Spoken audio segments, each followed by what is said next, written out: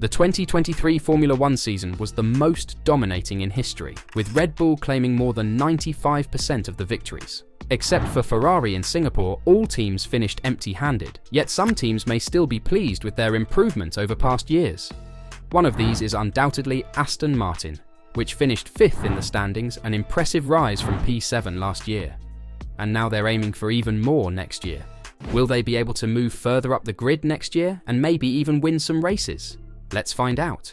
Given their previous season's performance, the English squad arrived in Bahrain with low hopes. However, owing to the goals of Stroll Sr., the signing of double world champion Fernando Alonso, and certain prominent experts, like as Dan Fallows, ex-Red Bull, has substantially boosted business at the factory throughout the winter. Since the Bahrain testing, the Spanish driver has been at ease. So much so that in the race, the former Ferrari driver positioned himself on the podium after multiple clashes with the Mercedes drivers. There were moments during the pre-test season where I thought it was too good to be true. Then we had the first race. We were as competitive as the 3 days of testing suggested, and we ended up on the podium. I had the feeling that there was an opportunity for me and the team to do something great together. The project seemed to be coming alive. It was magical. Furthermore, Alonso was questioned if the decision to leave Alpine and join Aston Martin was the correct one, given the numerous mistakes that he made throughout his racing career. I was super happy. I felt very lucky with the decision. In Formula One, you never have a crystal ball to anticipate what will happen the following year, but when you make the decision, change teams, and then suddenly you're fighting for podiums, that's one of the best feelings. However, following a strong start, Aston Martin saw a slump in the second part of the season. Unlike Ferrari, Mercedes, and notably McLaren, the English team was unable to make significant advances. Looking at the glass half full, team principal Mike Crack wanted to emphasize how the excellent start to the season has substantially lifted expectations, leaving them forgetting what goals they were battling for the previous season. The middle of the year was difficult for us, but maybe it seemed more because of the start we had. Expectation levels have risen dramatically. Imagine if our season hadn't started with 6 podiums in the first 8 Grand Prix, but only 1. If that were the case, then what happened in rounds 9, 10, 11 and 12 isn't really that inconsistent. Scoring 23 points in the first race understandably raises expectations. The development of 2023 was hampered by a problem comprehending the car, but the way for next year is clear. In this regard, Fernando Alonso was more analytical, emphasizing the hard effort done over the weekend to pinpoint the reasons and faults that characterized the vehicle at the time. The important thing during the low weekends was to understand what the problem and deepen the analysis of the car, of what we could have done differently if we had repeated the weekend. Those kinds of things, those exercises made the team stronger, and it was a good learning for the future. We were taking positives from the difficult weekends. It was great to see the team together. Since the most dramatic regulation changes in F1, mid-season development has been countless teams' Achilles heel. Aston Martin is one of them. Despite the modifications provided in Barcelona and Montreal, the Silverstone crew was stuck in a rut with no way out. However, towards the end of the season, performance began to improve, with a strong result in Brazil, the consequence of countless hours of hard effort in free practice on prior race weekends, such as Austin. I think this has something to do with the development of the car, admitted Alonso.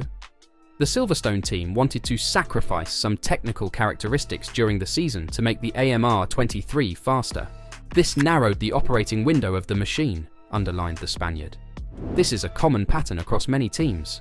The year 2024 will be the litmus test, especially as Alonso assesses the team's long-term competitiveness. Crack wishes to keep his feet on the ground, yet his words convey confidence. We understood the car by the end of the season, but it would be wrong to say that we understood absolutely everything. We know what we want to do for 2024 and the direction we need to go.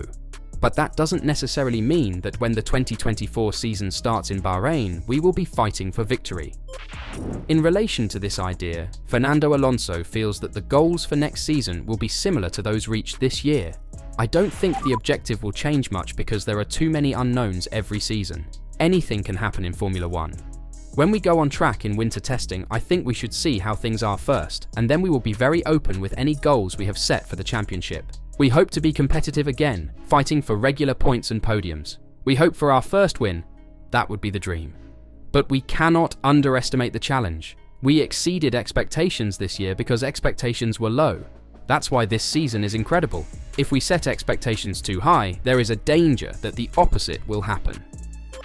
Despite not having had a thrilling season, Lance Stroll received a lot of appreciation in the Crack interview. The team principal wanted to highlight his recent growth, which has brought him much closer to Alonso's level. Lance is in a fantastic place. He is relaxed and confident. You can see it in his body language. It is very impressive how he has developed as a driver this year. He suffered a pre-season injury but showed real grit and determination to get back behind the wheel as quickly as possible, and despite everything he had been through, he was still very fast. Then, later in the season, he returned to fighting after a difficult phase. He had a lot of pressure to deal with, and he handled it with a lot of confidence. I wish the season had been a little longer for him because he was very fast in the final rounds. We can build on this. This is what needs to happen now. He just needs to pick up where he left off this season. He has overcome many challenges this year and is now very much on the rise. Even though almost everything during the season was on a high, Fernando Alonso feels his team is now entering a tricky period as it strives to take the next step and become a consistent race winner. Alonso admits that the squad did better than he expected in his first year, but he insists that achieving additional development would be difficult. "The starting point is a little bit better than I expected," the Spaniard stated. "But now comes the real challenge. I think the first step, I will not say that it's easy to be competitive, but I think with so many examples like Alpine last year, is to be sometimes even in the top 5 or something when we were in a happy place some weekends.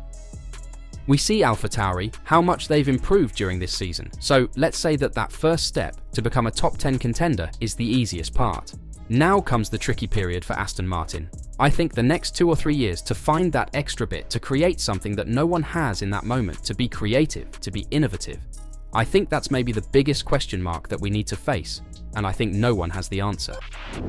Alonso claims that Aston learnt a lot from its experimentation with alternative aero packages in the latter half of the season and now knows what way to follow with the AMR23. However, he stressed that because the sport evolves so quickly, the team must also stay flexible. "I think there are clear indications of some parts of the car that they were underperforming for a few events," he said. "They were also different philosophies on the pit lane, but also for us in the way you try to extract the performance of these cars. And I think now with all the experiments and all the knowledge of this year, we think we understand better the direction to develop the car.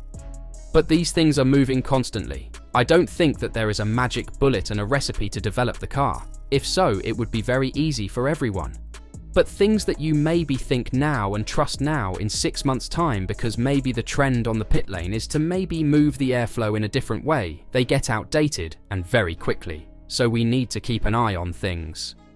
Only time will tell us if Aston Martin will be able to improve over the winter. But things are looking good for the team. Do you think Aston Martin and Fernando Alonso will be back at the front at the start of the season and could even fight for race wins? Let us know your thoughts in the comments down below.